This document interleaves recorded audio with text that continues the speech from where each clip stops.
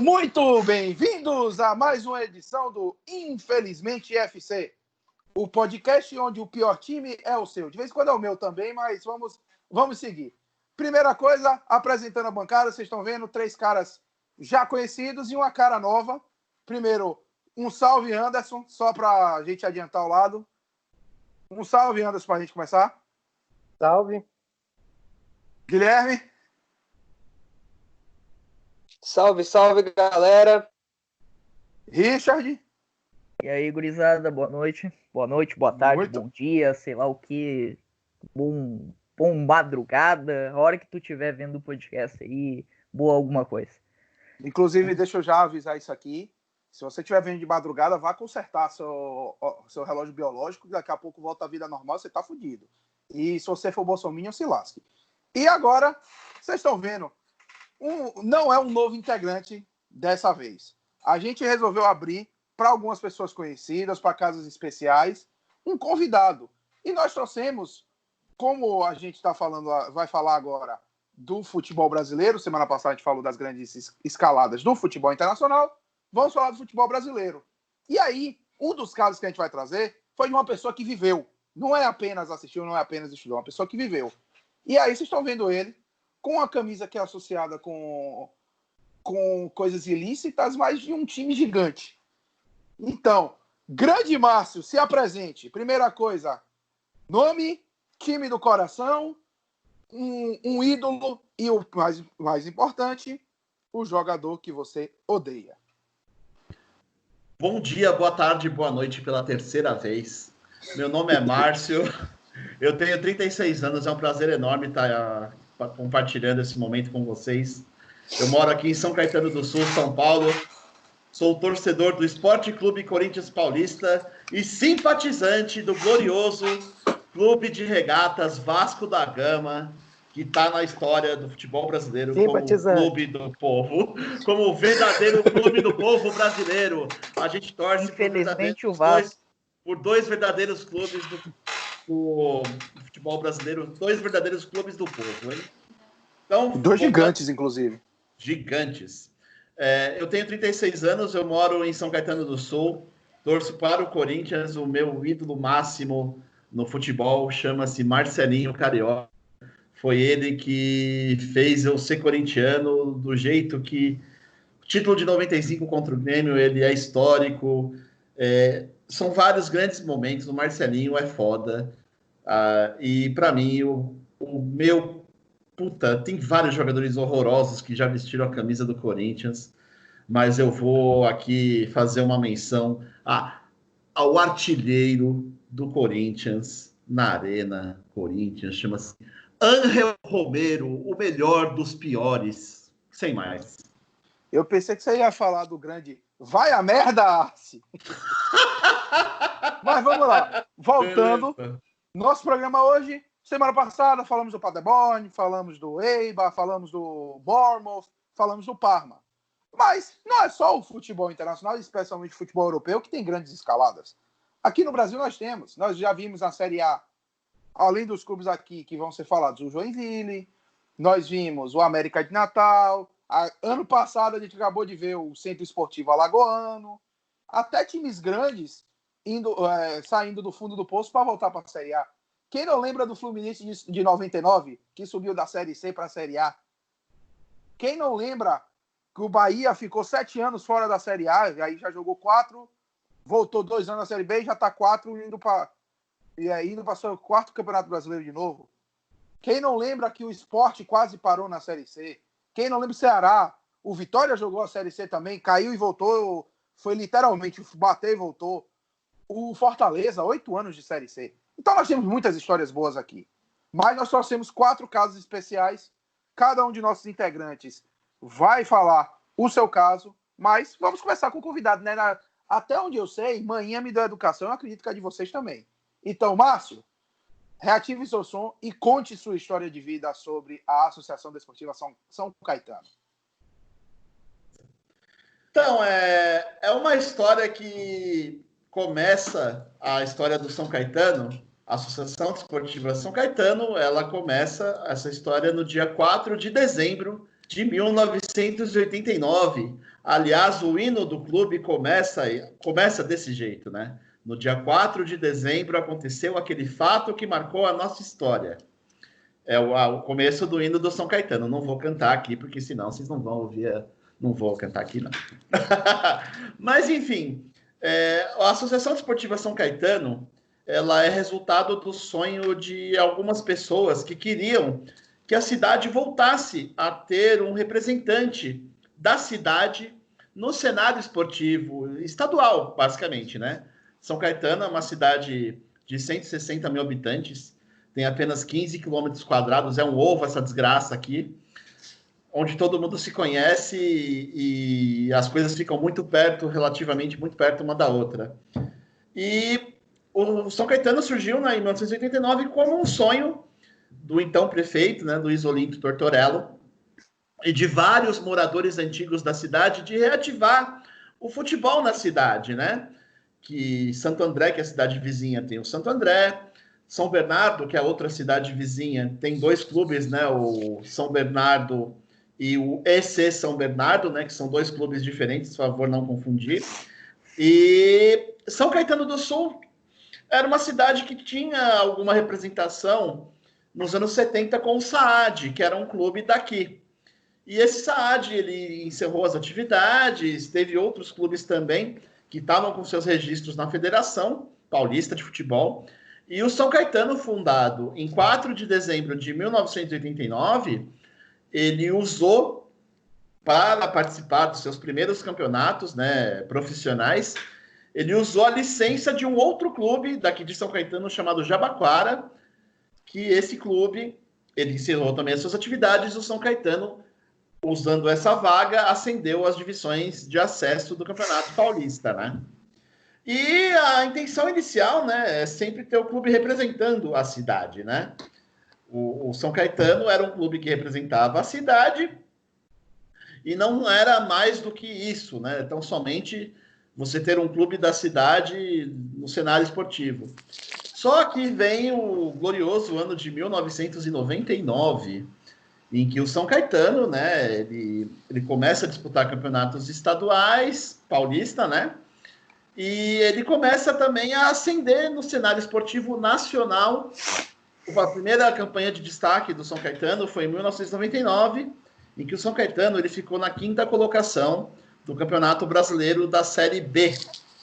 E não é como vocês que são mais novos, a Série B, ela não era como é hoje, organizadinha, tal, que cai 4, sobe 4, que era pontos corridos e barará, barará. Era cada ano um tipo de competição diferente, os clubes eram basicamente convidados pelo seu desempenho em competições de acesso do futebol brasileiro, e o São Caetano, em 99, ele ficou na 5ª colocação, né, do campeonato. Já tinha alguns jogadores famosos, jogaram no São Caetano como o Serginho Chulapa, como o Túlio, os 2 que eu consigo lembrar mais de cabeça, assim. E aí, com o caso Gama, que mais tarde o nosso amigo Guilherme vai falar, caso Gama, caso Sandro Hiroshi, Botafogo, São Paulo, aquela desgraça toda que aconteceu. E que foi falado no 2º episódio também, para quem lembra, quando a gente falou de virada de mesa.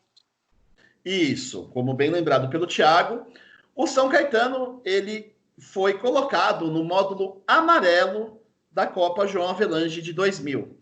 Esse regulamento da Copa João Avelange, que era um campeonato brasileiro de 87, mas que acabou com campeão, não como não campeão, como o Flamengo Sport, fica esse imbróglio todo. O regulamento da Copa João Avelange de 2000 ele previa que o campeão e o vice-campeão do módulo amarelo e o terceiro colocado também, disputassem a fase decisiva. O São Caetano, ele foi vice-campeão do módulo amarelo da Copa João Avelange, e aí começou a história toda. O São Caetano eliminou Palmeiras, Grêmio e Fluminense nas fases decisivas da Copa JH de 2000, e chegou na grande final contra o Vasco da Gama, que era a grande potência do futebol da época. Campeão da Libertadores de 98, fez ótima final contra o Real Madrid, era uma potência à época. Os jogos do São Caetano, nessa Copa JH, assim que ele foi para o mata-mata, esses jogos eles foram disputados no antigo Parque Antártica. Por quê? Porque o estádio Anacleto Campanella, que é onde o São Caetano manda seus jogos até hoje, ele não tinha capacidade mínima necessária para esses jogos, né? Então o São Caetano mandou seus jogos no Parque Antártica. E aí disputou a final contra o Vasco, né? O primeiro jogo foi em São Paulo, o segundo jogo no Rio de Janeiro, na famosa Batalha de São Januário, que São Januário literalmente desabou. E a final mesmo foi disputada no Maracanã, em que o São Caetano perdeu de 3-1 para o Vasco e se sagrou vice-campeão da Copa João Avelange. O time base de 2000, né, do São Caetano, que é um time muito lembrado pela torcida, com muito carinho aqui pelo pessoal do São Caetano do Sul, é Silvio Luiz, Japinha, Daniel, Dininho e César. Claudecir, Ailton, Esquerdinha e Adãozinho. E no ataque, Wagner e Ademar, que é o principal jogador do São Caetano nessa campanha e é considerado pela torcida e pela crítica o maior jogador da história do São Caetano. Aí começou a história toda de glórias do São Caetano, né? Ele disputou Libertadores em 2001, foi eliminado pelo Palmeiras nas oitavas de final. Em 2001, já com o Campeonato Brasileiro voltando à sua normalidade, organizado pela CBF, o São Caetano novamente chegou à final.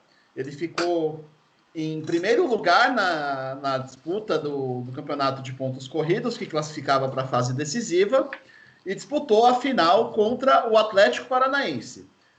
Primeiro jogo da final foi 4-2 para o Clube Atlético Paranaense, com grande atuação do Ilan e do Alex Mineiro.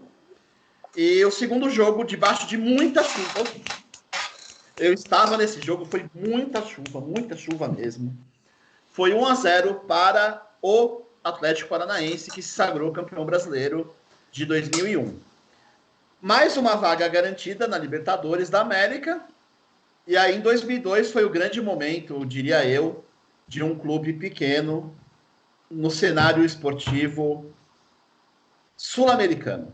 Eu acho que só se compara a campanha do Paysandu na Copa Libertadores também e a campanha do Once Caldas, que é algo indescritível. Só rapidinho, eu colocaria também o Independiente Del Valle na Libertadores, que eles perderam, que eu acho que foi para o Atlético Nacional, se eu bem lembro, e ano passado, campeão da Sul-Americana, dá para colocar também. Sim, mas... a própria Chape, né? Também. A própria Chapecoense. Que vai ser tratada também, mas vamos continuar, Márcio. Claro. E aí o São Caetano, ele, de um time de uma cidade de 160 mil habitantes, ele foi vice-campeão da América. Ele ganhou o primeiro jogo do Olímpia no Paraguai. Ele teve a ousadia de perder o segundo jogo no Pacaembu e perdeu, infelizmente, a decisão por pênaltis para o Olímpia, que é um clube de muita camisa, é o principal clube do Paraguai. O São Caetano se sagrou vice-campeão da Copa Libertadores da América de 2002.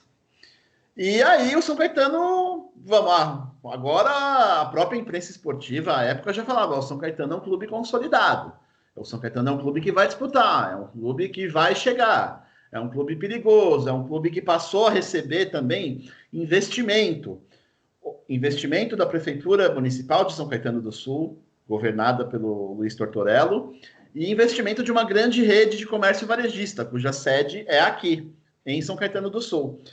Então, esses empresários, juntamente com a prefeitura oferecendo a infraestrutura do estádio, isso fez com que o São Caetano fosse, digamos, a menina dos olhos para qualquer jogador que quisesse se mostrar para o futebol brasileiro. E foi isso que aconteceu. O São Caetano passou a ter bons elencos, passou a atrair bons jogadores, passou a atrair técnicos de qualidade. E em 2004, já sem o seu principal técnico, que é o técnico adorado aqui pela torcida, o Jair Pisserni, o São Caetano se sagrou campeão paulista em 2004, com Muricy Ramalho como técnico. Destaques do time eram o Marcinho, o Euler e o Fabrício Carvalho. O Silvio Luiz ainda estava, goleiro, né? Meu vizinho, por sinal. E aí o São Caetano, numa decisão contra o Paulista de Jundiaí, que é outra equipe do interior que se destacou no cenário esportivo nacional, o São Caetano se sagrou campeão paulista em 2004. 2004 é um ano da virada, que começa o declínio do São Caetano. Por quê? Isso já é uma história bastante conhecida. Infelizmente, o nosso zagueiro Serginho, ele faleceu em campo num jogo do Campeonato Brasileiro de 2004, na partida São Caetano e São Paulo. O Serginho, ele já tinha problemas cardíacos e, infelizmente, veio a ter um ataque cardíaco fulminante durante a partida São Caetano e São Paulo, e isso foi motivo de muita comoção nacional. O Serginho está enterrado aqui no cemitério de São Caetano, e foi aí o começo da queda. Não foi uma queda imediata. Em 2004, o São Caetano ele perdeu 24 pontos, né, na disputa do Campeonato Brasileiro, por conta do caso do Serginho, e ele se salvou do rebaixamento. Ele, se não tivesse perdido esses 24 pontos, ele teria se classificado para a Libertadores da América ou estaria disputando uma seletiva para a Libertadores. E no final do ano de 2004, morre também o prefeito Luiz Olinto Tortorello, que era o principal incentivador do clube. O que aconteceu em seguida foi perda de investimentos, o clube passou a ter que gastar tempo e recursos para se defender no inquérito que se abriu relativo ao caso do Serginho, em que foram considerados culpados o presidente do clube, o Nairo Ferreira de Souza, que foi ano passado que ele saiu do cargo, e o Dr. Paulo Forte, que ainda até hoje é o médico do São Caetano. Foram acusados de negligência no caso Serginho. E os esforços foram todos para isso. O São Caetano passou a perder investimentos, essa empresa de comércio varejista passou a tirar dinheiro por conta de situações deles mesmos. E em 2006, o São Caetano ele foi rebaixado para a segunda divisão do Campeonato Brasileiro e não voltou até hoje. No campeonato... Aí, no ano seguinte, 2007, o São Caetano voltou a fazer boa campanha no Campeonato Paulista, já sob o comando do Dorival Júnior. Ele foi vice-campeão paulista, perdendo para o Santos. Foi basicamente o canto de cisne do São Caetano, né? Depois disso, nunca mais o clube passou. Acho que só uma vez na Série B o São Caetano ficou muito próximo de ascender. Foi 2012. Isso, foi uma campanha... Essa história eu conheço bem, eu vou até colocar depois, se quiser, porque envolve meu time também, né? Exatamente. Foi no Campeonato Brasileiro de 2012 que subiram Goiás, Atlético Paranaense, Criciúma e o Vitória da Bahia. E o São Caetano ficou a um pênalti perdido pelo Ailton aqui no Anacleto de retornar à Série A do Campeonato Brasileiro. E depois disso, o São Caetano foi cada vez mais diminuindo investimento, a cidade passou a perder também um pouco do interesse, só ficaram mesmo aqueles torcedores mais históricos, e aí o São Caetano ele voltou a ser o que ele era, um clube que representa uma cidade pequena no cenário esportivo estadual, basicamente, né? Hoje o São Caetano ele disputa a segunda divisão do Campeonato Paulista, ele foi rebaixado no ano de 2019, até eu estava presente no jogo do rebaixamento. Foi São Caetano 1, São Paulo 1. Impressionante. Foi São Caetano 1, São Paulo 1. O São Caetano foi rebaixado com a 15ª colocação, né, no Campeonato Paulista de 2019. E antes da pandemia, o São Caetano estava disputando a Série A2 do Campeonato Paulista na 6ª colocação. E ano passado mesmo eu acompanhei essa campanha do São Caetano em loco, né? Eu conheço a cidade que desde 2000 e lá vai porrada, mas mudei para cá em 2018. Ano passado o São Caetano foi finalmente campeão depois de 15 anos de fila. O São Caetano foi campeão da Copa da Federação Paulista de Futebol, que é uma competição disputada por clubes que não têm competição nacional no segundo semestre. É para manter esses clubes ativos. O São Caetano ele ganhou essa competição em cima do 15 de novembro de Piracicaba, que é outro clube tradicionalíssimo aqui do nosso interior. E com isso ele pôde escolher se ele participaria da Série D do Campeonato Brasileiro 2020 ou se participaria da Copa do Brasil. O São Caetano escolheu a Série D. E foi uma das coisas que aconteceu recentemente aqui por conta da pandemia de Covid-19, né, no nosso país. as competições foram canceladas, todas interrompidas. O São Caetano pensou em desistir de participar da competição nacional por conta de questões financeiras, né? É um clube do interior, é um clube que hoje ele é patrocinado por uma floricultura. Então, Juliana Flores. Então, a condição financeira do clube ficou complicada, né? Mas aí pensou-se depois, viram que a Série D havia uma possibilidade da CBF ajudar os clubes menores na Série D. São Caetano desistiu de desistir. Ele voltou à tabela da Série D e agora aguarda o fim da pandemia, a volta das atividades esportivas para retornar às suas atividades. O perfil do torcedor do São Caetano é basicamente velho. Por quê? São Caetano do Sul é uma cidade dormitório. Cidade dormitório é aquela cidade onde a pessoa fica só para dormir. Apesar de termos empresas importantes aqui, ter uma cidade que tem um certo poderio financeiro, é uma cidade basicamente que tem muito idoso. Então aqui, quem vai no estádio ver jogo é velho. Muitos idosos, tanto é que tem a torcida famosa Bengala Azul, literalmente composta somente por idosos. Sensacional. A Bengala Azul, ela era bem conhecida, já fizeram várias entrevistas, inclusive com o presidente da Bengala Azul, no Globo Esporte, aqui em caráter estadual. E é isso, hoje o São Caetano ele atrai mais ou menos 500 torcedores para cada jogo deles. Na final da Copa Paulista foi 3 mil pessoas. Acho que o último jogo que teve gente, o Guilherme tá rindo pra caralho, não sei porquê. E o último jogo importante, assim, que teve muito público foi São Caetano e São Paulo. O jogo do rebaixamento foram 8 mil pessoas. Bom, os principais jogadores são esses que eu falei, né, da Copa João Avelange de 2000. Eu incluiria também o goleiro Luiz Silva, que é o goleiro atualmente da equipe do Criciúma. É um goleiro que ficou durante muito tempo com a camisa do São Caetano. Colocaria também o Wesley, né? Não é Wesley, que é um cara de quase 40 anos, que também está aqui até hoje. É um cara que tem muitas partidas pelo clube. O Sandoval. Exatamente, idoso que nem a torcida. E também o Sandoval, nosso zagueirão aqui, back de fazenda, e também está há muito tempo no clube. Os principais jogadores do clube para a sua torcida. Primeiro, sem sombras de dúvida, o Ademar, que é um cara que ele ficou de tão famoso que ficou o chute dele, ele quase foi escolhido para ser kicker do Tampa Bay Buccaneers. Muito bem. Deixa eu rapidinho só puxar aqui. São Caetano tem 3 fatos relevantes em relação ao Vitória. 2012, Atlético Paranaense, Vitória e São Caetano terminaram a Série B com a mesma pontuação.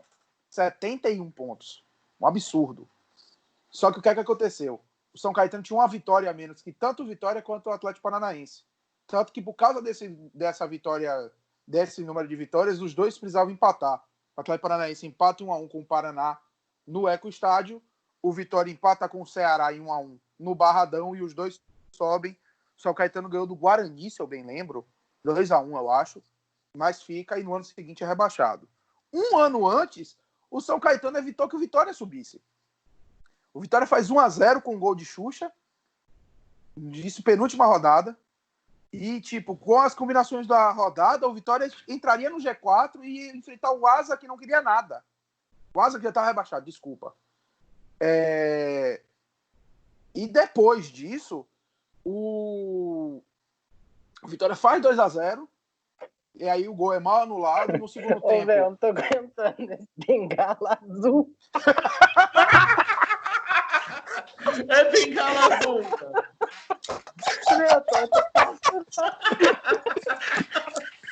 Você não sabia, Anderson?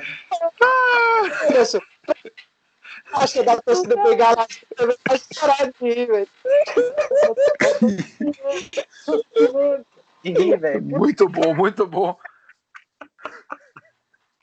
E você gosta da Bengala Azul, Márcio? Eu não, nem fico lá. Não tenho idade para isso, não. Então, só falando, né, os principais jogadores do São Caetano, pela torcida e pelo também que fizeram pelo clube. O primeiro, sem sombra de dúvidas, é o Ademar, né? Como eu falei. Tem o saudoso zagueiro Serginho também, que muitas partidas pelo clube, muito identificado com o clube. Zagueiro Daniel também, que jogou no Palmeiras. Zagueiro Dininho jogou no Palmeiras também. Eu colocaria o Claudecir, que é o outro cara. Aliás, o Palmeiras fez a limpa no São Caetano em várias ocasiões, senhor Guilherme.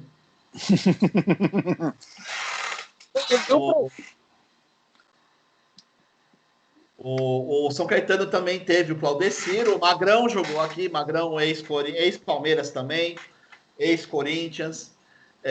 O Adãozinho jogou no Palmeiras. Deixa eu ver quem mais. O Marcinho, que é um cara que jogou no Corinthians também, é um cara muito bem visto pela torcida do São Caetano. O Fabrício Carvalho, que é um jogador que teve problema cardíaco depois, ele foi o centroavante do São Caetano, campeão paulista de 2004. E o nosso queridíssimo filho do vento, Euler, jogou aqui também. Mais um que jogou no Palmeiras. Mais um que jogou no Palmeiras. Assim, basicamente, esses jogadores têm um lateral esquerdo que é pouco conhecido. Ele jogou 1 ano no São Caetano, mas para mim é um dos melhores laterais esquerdos que eu já vi jogar. O lateral esquerdo, César. Ele jogou na Lazio, ele jogou no Corinthians também. É um cara que até hoje ele está lá na Itália, ele faz parte das categorias de base da Lazio. Era um lateral esquerdo muito habilidoso, muito habilidoso. Ele teve problemas com crime organizado, tal. Ele, antes de ascender profissionalmente, ele tinha uns problemas com crime organizado aqui em São Paulo. Então, mas é um cara excepcional jogador. E desses, assim, basicamente o que a gente tem para falar do São Caetano é isso. É um time que despertou muito interesse, muito carinho por parte da imprensa esportiva, né? Como é que pode um clube de uma cidade pequena que só tem idoso, que só vai 1.000 pessoas por jogo? Porque mesmo na fase de ouro, o São Caetano jamais foi um clube que colocou muita gente em campo. Parece o Santos, hein? Exatamente, parece o Santos. Vou cortar essa parte, vai te a merda. Voltando aqui rapidinho, só para fechar. Primeiro, como o César teve problema com o crime organizado, dá para entender, porque o Corinthians e não o Palmeiras pegou ele. E voltando lá para o jogo de 2011, o Vitória tinha um volante chamado Neto Coruja. Tanto problema físico que ele encerrou a carreira aos 25 anos. Ele estava jogando demais, só que se contundiu. E entrou um volante muito histórico, muito famoso, especialmente pela torcida de São Paulo, Zé Luiz. Eu sei que Zé Luiz estava num ano tão desgraçado que ele entregou os 2 gols, o São Caetano vira o jogo, Vitória perde, e não só porque perdeu esse jogo que estava ganhando em casa, até os 40 do segundo tempo. Ou seja, a desgraça total e absoluta que o Vitória sempre é. Pois mas em 2007 teve um jogo bom contra o São Caetano. Vitória faz 1-0, toma uma virada. Anderson Martins, aquele que depois jogou no Vasco e saiu do Brasil e tal, é expulso. E aí o Vitória consegue um empate. Acho que tô tentando lembrar se o Kaique, eu não lembro quem foi o jogador que fez o segundo gol. E Sorato, aquele Sorato que fez o gol do título de 89 do Vasco, em 2006 foi artilheiro da Série C pelo Bahia, ele entra em campo e tem uma falta lateral pro Vitória. Bola na área, Sorato escora de cabeça, gol, Vitória ganha 3-2 e termina de arrancar rumo ao acesso para a Série A, depois de ter passado pela Série C e tudo mais. Mas a gente tem um programa para tocar, né? Não vamos Temos um programa para tocar. Vamos lá, pessoal. Caetano, então, pessoal, encerrando aqui. Não, só queria encerrar aqui dizendo que hoje o São Caetano ele é o que ele sempre se imaginou ser, um clube representante de uma cidade. Me parece que o São Caetano, o momento que o São Caetano passou de 2000 a 2006, que foi o tempo que o São Caetano ficou na Série A do Campeonato Brasileiro, é uma exceção à regra. É uma exceção à regra. Mas tem aquela coisa, história não se apaga. Exatamente, tanto é que o memorial do clube, que fica embaixo do Anacleto Campanella, ele tem uma série de notícias e troféus que o São Caetano conquistou. É algo que fica ainda como uma boa lembrança de uma exceção à regra. O São Caetano era uma coisa, subiu mais do que se imaginava e agora voltou a ser o que era, um clube de cidade. Muito bem. Mas, como eu disse, temos um programa para tocar. Valeu. Anderson, quem é que você me traz? Eu sei que é desse seu estado maravilhoso chamado Minas Gerais. Rimou. Eu ainda tô chocado com o Bengala Azul. Fui pego desprevenido. Mas, enfim, vamos tentar manter o profissionalismo aqui que eu não tenho, né? Justo. Vamos falar do Ipatinga. Ipatinga, que é fundado por ele, cara que rodou as páginas esportivas e policiais recentemente, que é o Itair Machado, que é da cidade de Ipatinga, empresário, quer dizer, não sei com o que ele mexe, né? Mas... Com dinheiro dos outros. Enfim, com cartão ele é um corporativo. empresário. Ele é um empresário e resolveu... Ele já investia no futebol antes do Ipatinga, né? Quer dizer, o Itair já investia antes no futebol. Ele era meio que investidor do social de Coronel Fabriciano. Aí ele resolveu tentar a vida e fazer um clube da cidade dele, né? E aí que foi criado o Ipatinga, com apoio da prefeitura de Ipatinga, que tinha um pepino para resolver, que é o estádio do Ipatingão, né? Que foi construído na década de 80, naquela onda do governo militar de construir estádios em cidades pequenas e médias para fomentar o esporte. O Ipatingão é um estádio que na época cabia 30 mil pessoas, totalmente descabível com a realidade do futebol de Ipatinga, que não existia, né? E aí a prefeitura resolveu apoiar o clube para se livrar desse pepino aí e colocar o estádio para funcionar. E o Itair conseguiu arrumar a Uzi Minas, né, que é a empresa famosa ali da região de Ipatinga. Ipatinga, na região do Vale do Aço, tem muito mineração, e a Uzi Minas é a principal empresa de lá, no ramo de minério de ferro, essas coisas. E foi criado o clube em 1998. E já em 1998, o Ipatinga estreia na 3ª Divisão Mineira, sobe para a 2ª Divisão como vice-campeão. No ano seguinte, em 99, foi vice-campeão da 2ª Divisão do Campeonato Mineiro, módulo 2. Ascende elite, ascensão rápida, até porque tinha muito dinheiro rodando ali, né? E uma parceria com o Cruzeiro. Já desde essa época, a parceria com o Cruzeiro. O Cruzeiro fornecia muitos jogadores para o Ipatinga, jogadores de base que não eram aproveitados.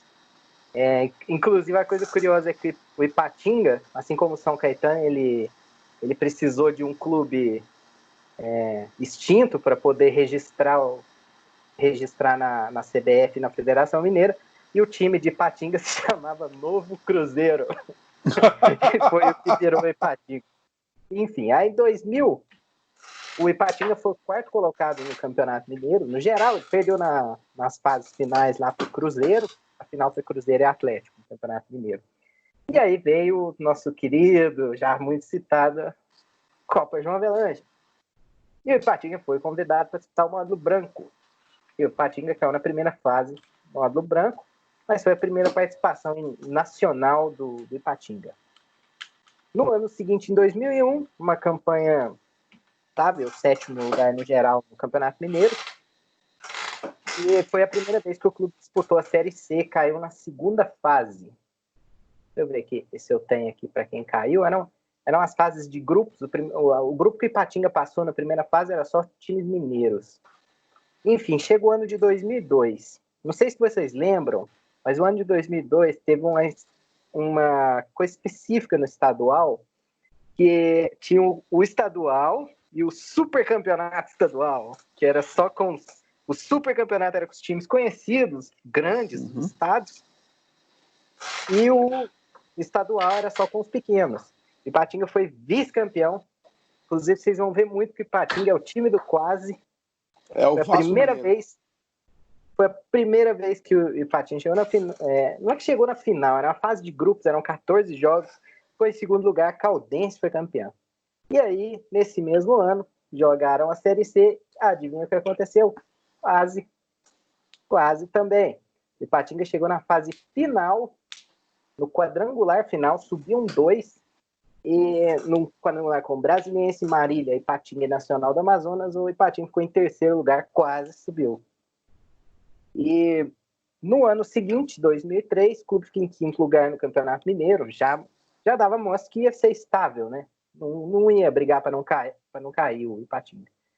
Na Série C não teve muito sucesso, segunda fase, passou da primeira fase de grupo, na segunda fase caiu, foi para o Rio Branco de Andradas, no mata-mata, e jogou a Copa do Brasil, foi eliminado na primeira fase. Em 2004, mais ou menos o mesmo enredo, sétimo lugar no Campeonato Mineiro, primeira fase na Série C, tudo certo. Em 2005, o clube se sagra campeão mineiro. Inclusive, é uma coisa muito curiosa. Ele chega na final contra o Cruzeiro, e era uma fase tenebrosa do Atlético na época, tanto que o Atlético caiu no Brasileiro desse ano. Chega na final e o Ipatinga tinha vários jogadores ou ligados ao Cruzeiro ou que já tinham sido ligados ao Cruzeiro. O Ipatinga era basicamente quase todo com ligação do Cruzeiro. Inclusive o técnico Ney Franco, que era da base do Cruzeiro. E o Ipatinga ganha do Cruzeiro no Mineirão por 2-1. É campeão, tô com a escalação aqui. Esse time foi Rodrigo Posto no gol, Luizinho, guardem esse nome, William Capita, aquele ex-Grêmio, Corinthians, Irineu e Beto, Fael, aquele mesmo que foi expulso no Bali, Thiago. Leandro sim, Salino. O volante que era mais conhecido fazer gol de cabeça do que por marcar.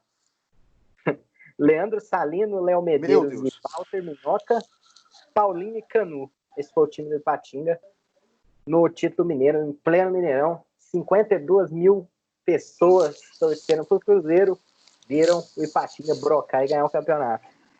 Aí, no ano de 2005, o que aconteceu de novo? Quase.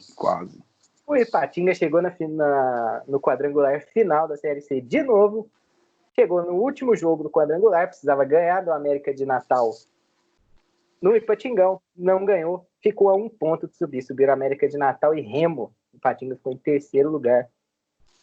E nesse ano também o Ipatinga começava ali já a mostra do que ia fazer mais para frente na Copa do Brasil. Chegou na segunda fase.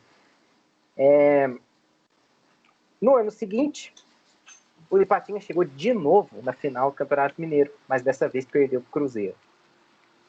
E na Série C, dessa vez conseguiu subir, ficou em terceiro lugar de novo, só que dessa vez eram 8, subiam 4, e enfim o Ipatinga conseguiu o acesso. Não, Thiago, não vou esquecer de citar que o Vitória subiu e o Bahia não nesse quadrangular. Não, eu queria que você lesse todos os times quadrangular do esse octogonal. Criciúma, Vitória, Ipatinga e Grêmio Barueri subiram, Ferroviário, Bahia, Brasil de Pelotas e 13 não subiram. Esse é o ano que o Ferroviário enfiou 7-2 no Bahia, inclusive. Bom, grande dia. E nesse mesmo ano, com o acesso garantido, o Ipatinga conseguiu chegar na semifinal do campeonato da Copa do Brasil. Eu estou procurando aqui, porque a tabela é muito grande. Estou procurando o chaveamento do Ipatinga aqui. Achei. Primeira fase, o Ipatinga enfrentou o Serra do Espírito Santo, era aquele esquema, né? Que se ganhasse por 2 gols de diferença não tinha jogo de volta. O Ipatinga 3-1 no Espírito Santo. Na segunda fase, o Ipatinga pegou o Botafogo e meteu 5-0 na ida e 3-1 na volta. Passou o grande. Nas oitavas de final, o Ipatinga pegou o Náutico e ganhou 3-1 nos aflitos, 3-1 no Ipatingão também, 6-2 no agregado. Nas quartas de final, o Ipatinga pegou o Santos e após 2 empates por 1-1, o Ipatinga passou nos pênaltis. Richard, hein? E na semifinal, o Ipatinga pegou o Flamengo e empatou 1-1 na ida, na volta perdeu por 2-1, foi eliminado, porém polêmica, porque uma semana depois desse jogo, o Flamengo apresentou 4 reforços do Ipatinga. Curioso, né? Nada suspeito. Inclusive um deles, o lateral Luizinho, guarde esse nome. Vou até citar os jogadores, eram Walter Minhoca, Leandro Salino, Diego Silva, Luizinho, aquele volante Paulinho, era só maravilha. Léo Medeiros. Leandro Salino, toda vez que você não, eu tenho que fazer isso aqui. Enfim, ano seguinte, dessa vez o Ipatinga não chegou no final do Campeonato Mineiro, 7º lugar. Mas estava na Série B e foi vice-campeão, quase que o Ipatinga foi campeão, e foi quase mesmo. Porque o Ipatinga subiu, junto com a Vitória, inclusive, não esqueci, Thiago. O Ipatinga chegou na última rodada e precisava ganhar, meteu 5-2 no Paulista de Jundiaí e foi rebaixado nesse ano. Acho que foi o ano que o Paulista disputou Libertadores, não foi não? Ou foi antes? Não, o Paulista foi Libertadores em 2006.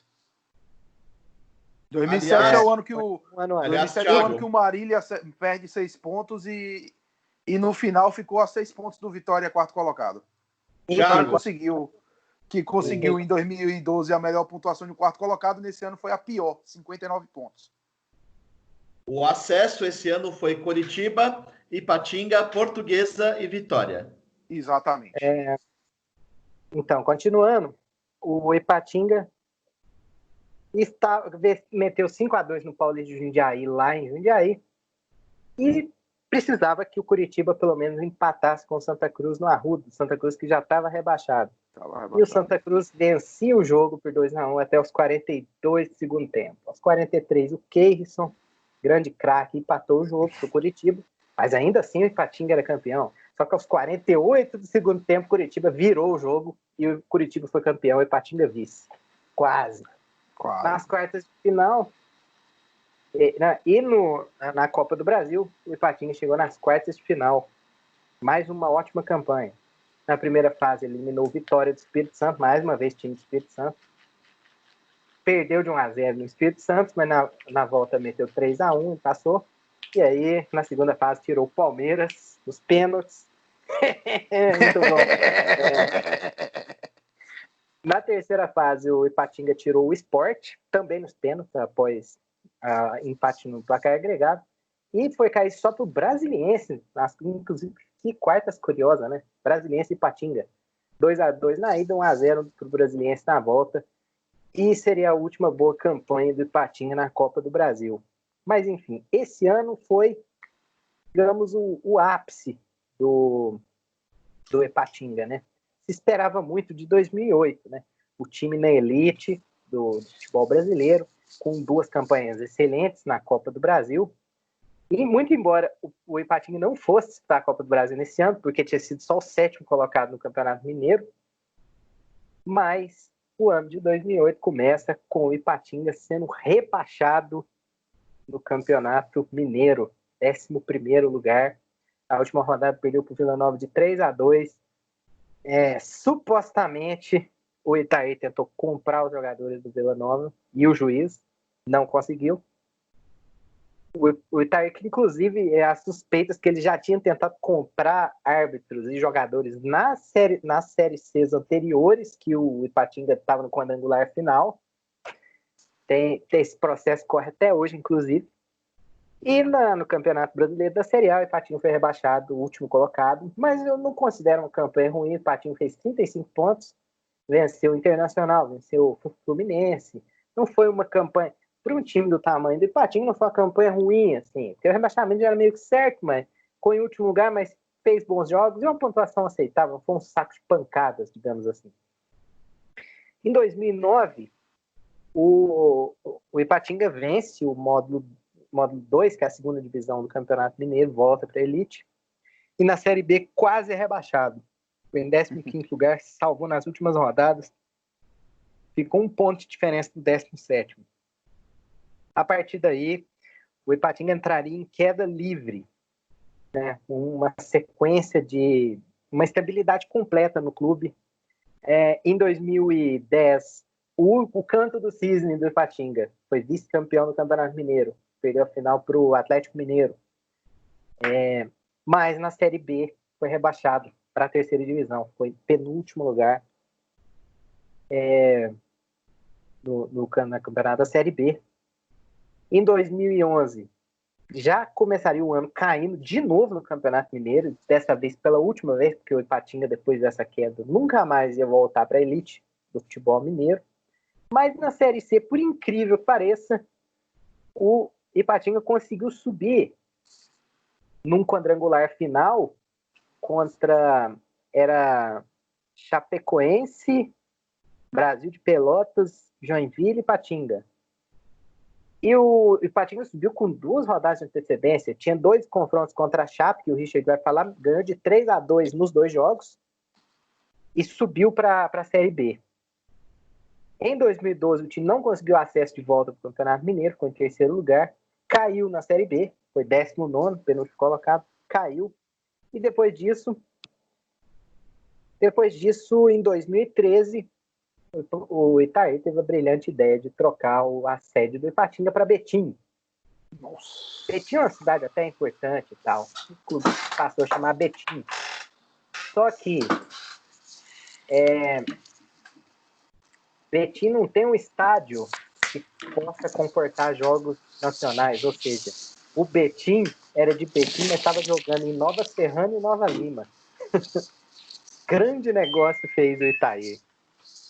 Enfim, como o Betim, o time foi mal na 2ª divisão do Campeonato Mineiro, ficou em 7º lugar. E na Série C, chegou até as quartas de final, disputou a vaga no acesso contra o Santa Cruz e perdeu. Porém,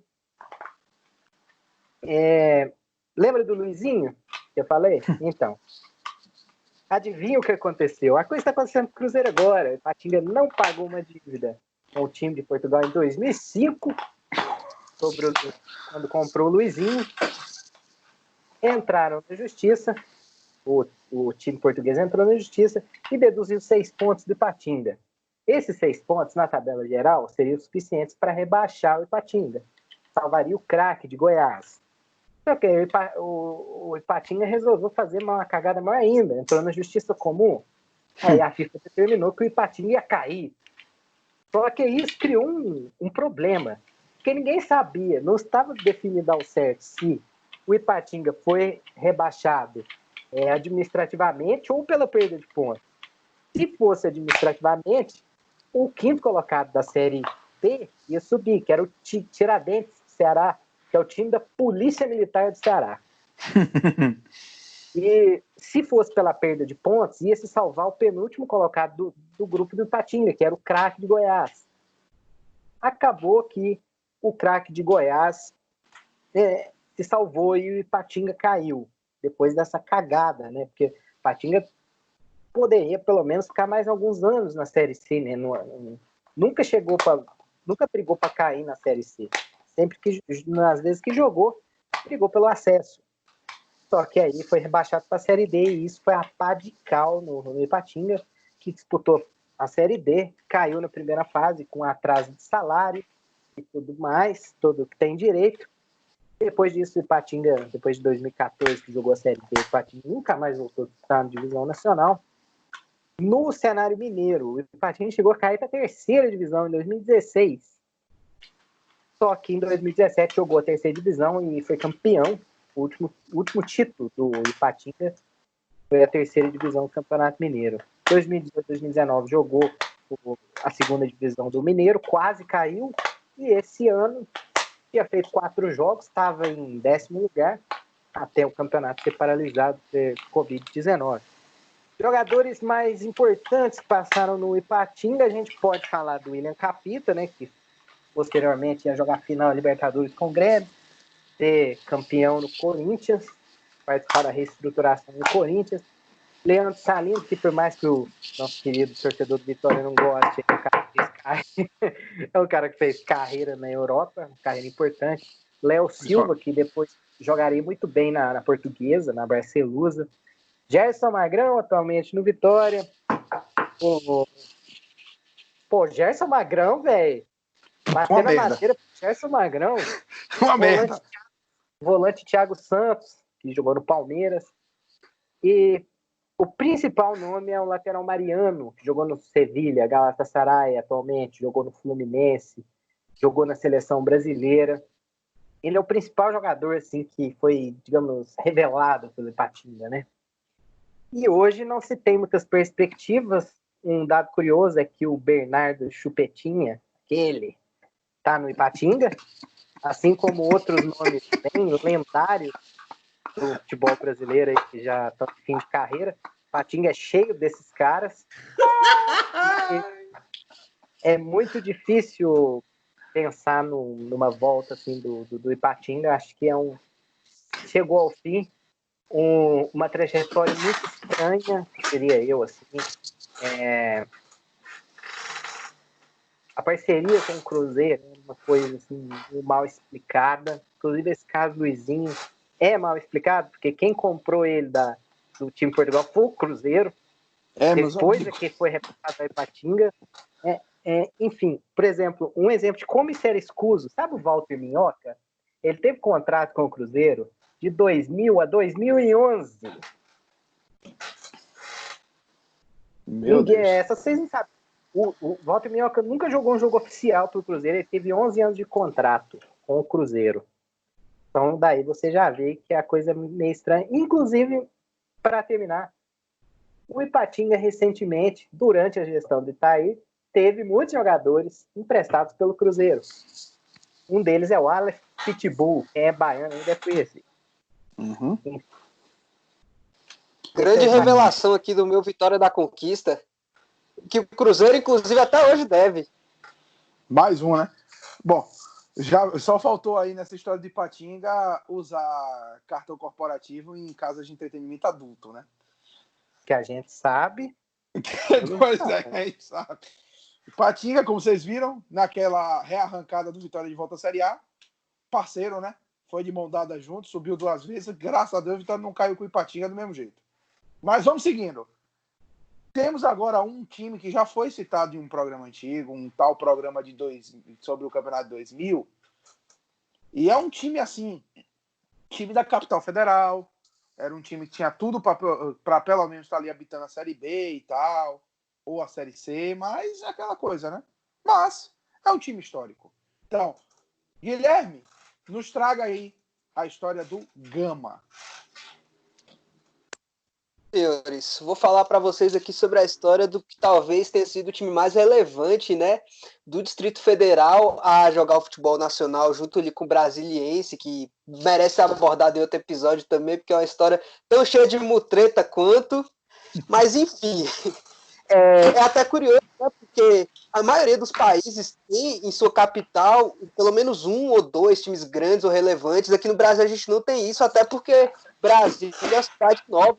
Quando o Brasil foi criada no ano da primeira edição da Libertadores da América, só para dar uma ideia do tanto que a gente entrou atrasado no futebol. Então, isso explica um pouco. Por mais de 10 anos o futebol lá foi amador e tal. E os primeiros times da capital mesmo. Só um minutinho. E a gente tinha os primeiros times de Brasília, o primeiro time relevante assim foi o chamado Brasília, né, que chegou a disputar a primeira divisão na época da ditadura. Teve o CEUB também, que era um time ligado a uma universidade particular, que também não existe mais esse time. E time mesmo do povo, das cidades satélites, não tinha nenhum time assim. Para quem não sabe, muita gente se surpreende até quando eu falo isso, mas muita gente não sabe que o Gama, na verdade, é uma cidade, não é? O Gama não fica em Brasília mesmo, fica numa cidade chamada Gama, que é uma cidade que fica ali a uns 70, 80 quilômetros de Brasília.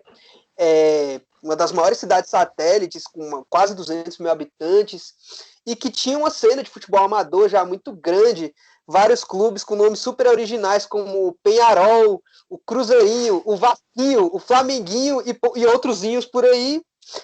E as pessoas da cidade do Gama, que gostavam de futebol, que estavam interessadas nessa cena de futebol amador e tal, decidiram se juntar em 75, num dia que ninguém, na verdade, sabe que dia que foi, não tem esse dia em lugar nenhum, e aí só sabe que foi em 75. Eles se juntaram em uma instituição muitíssimo respeitada no local, chamada Boteco do Zé, no Gama, e decidiram criar esse time. Sério, é o nome do lugar, a Fundação do Gama, Boteco do Zé. E lá no Boteco do Zé decidiram criar o Gama. A ata de fundação está clube mesmo foi fundado antes desse dia que ninguém sabe qual foi. Uma das pessoas que assinou essa ata de fundação, inclusive, é um músico aqui baiano, Luiz Brasil. Thiago deve conhecer. Sei quem é. Em primeiros anos, logo de cara, já em 76, o clube começou a disputar os profissionais, aí dinheiro nenhum, apesar de ser um clube profissional, de uma estrutura basicamente amadora, os dirigentes da época tinham que tirar o dinheiro do próprio bolso para pagar uniforme, pagar chuteira, pagar a bola para os caras treinarem. Eles treinavam no terreno de um outro clube amador local. Logo depois disso, a administração do Gama, lá não é a administração, que é como se fosse uma prefeitura, o administrador, um cara chamado Valmir Bezerra, ajudou na construção do estádio, que se chama hoje em homenagem a ele, o Estádio Bezerrão. E com isso o time foi subir, né, logo a torcida da cidade abraçou, começou a levar grandes públicos, mais até do que os clubes da capital.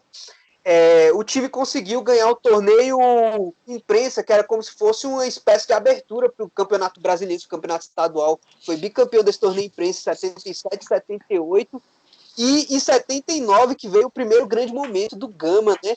Porque mesmo já nessa época, com essas dificuldades financeiras, eles tiveram a ideia de fazer uma promoção como se fosse uma loteria, tipo um jogo do bicho, que era a promoção Gama Milionário.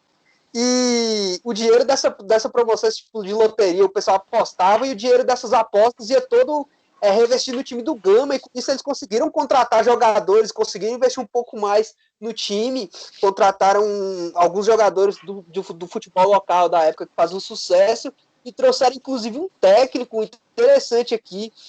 Tinha um técnico, o velho gênio, Martim Francisco, que comandou o Cruzeiro, técnico do Atlético Bilbao, foi considerado o técnico que trouxe o 4-2-4 para o Brasil, um dos primeiros grandes estudiosos do futebol brasileiro. E nessa época ele já estava há um tempo fora do futebol, estava com problemas com bebida e tudo, estava querendo se reerguer, e aceitou essa chance com o Gama. O Gama de 79 foi um grande time, foi campeão, aí pediu o tetracampeonato do Brasília na época, foi campeão com sobras, chegou a disputar a primeira divisão, chamou a atenção na época. Só que logo depois disso, o pessoal cresceu o olho, né, com o Gama, e eles não conseguiram dar sequência a esse sucesso momentâneo ali, né, de 79. E aí o time, e essa promoção do Gamão Milionário, que deu certo naquele momento, não deu certo nos anos seguintes, fracassou. Teve dirigente que chegou a colocar a casa como garantia para poder bancar o jogo do Gama, e aí o jogo não foi, e aí ninguém foi no jogo, e aí ele quase perdeu a casa. O time entrou numa crise financeira incrível. Para você ter ideia, na época, os mandatos de presidente do Gama eram de 2 anos, e entre 1980 e 1992, no mandato que teoricamente teria que ser de 2 anos, tiveram 17 presidentes diferentes no Gama. De tantas... Porque ninguém dava conta da bagunça que era. O time quase foi extinto várias vezes, não ganhou mais nenhum campeonato estadual, chegou a ganhar só uma Copa Centro-Oeste em 81 e teve um vice, quase acabou mesmo. Só que aí no início dos anos 90 que veio o pessoal que montou esse time do Gama, que entrou no nosso imaginário, no imaginário nacional, né? Na verdade foram 3 pessoas. Era um cara chamado Wagner Marques, que foi presidente de honra nesse primeiro momento, o presidente executivo Agrício Braga Filho, e o Carlos Antônio Macedo, que foi eleito presidente em 92. E esse pessoal ele reestruturou o Gama, investiu na base, profissionalizou de fato o Gama, investiu em estrutura, investiu em pessoal e tudo, e com isso o time conseguiu se reerguer, voltou a ser campeão estadual, e conseguiu, com isso, disputar a Série C pela primeira vez. Em um bom tempo, o time voltou a disputar a competição nacional, jogou a Série C de 95. Campeonato assim também com exótico, né? Campeonato com 107 equipes. E o Gama, ainda assim, conseguiu fazer uma grande campanha. O Gama foi o time que teve menos derrotas no Brasil, só perdeu 3 jogos. Só que 2 desses jogos foram contra o 15 de Piracicaba no jogo do acesso, e aí o Gama não subiu. Quem subiu foi o 15 e o Volta Redonda. Só que como a gente já ficava na época do futebol brasileiro, essa bagunça louca, o Gama acabou subindo para a Série B de 96 mesmo assim, e jogou a Série B em 96, 97 e 98, fazendo campanhas ali de meio de tabela, até tranquilos.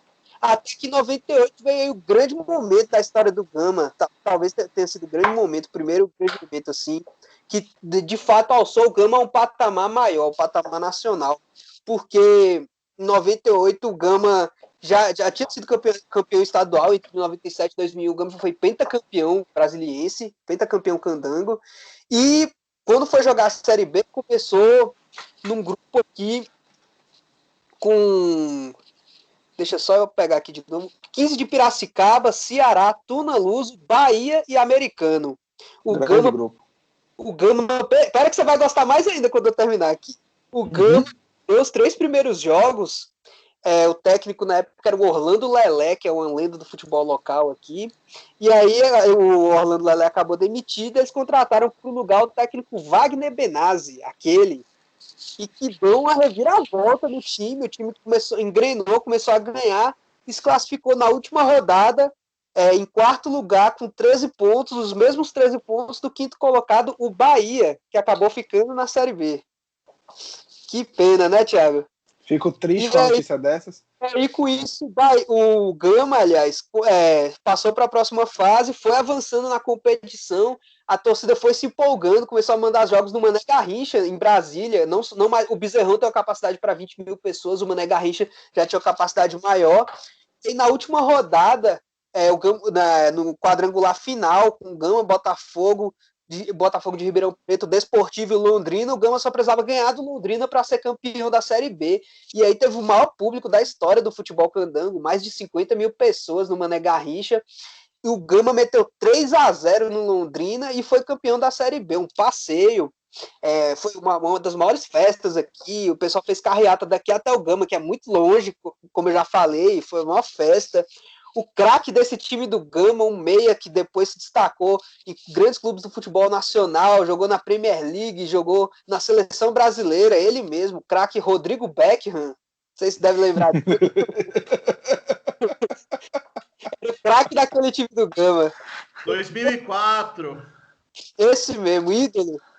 Também tinha outros bons jogadores desse time, Ney Bala, o ídolo local também, o Romualdo, o zagueiro Nem, que jogou no Palmeiras também depois.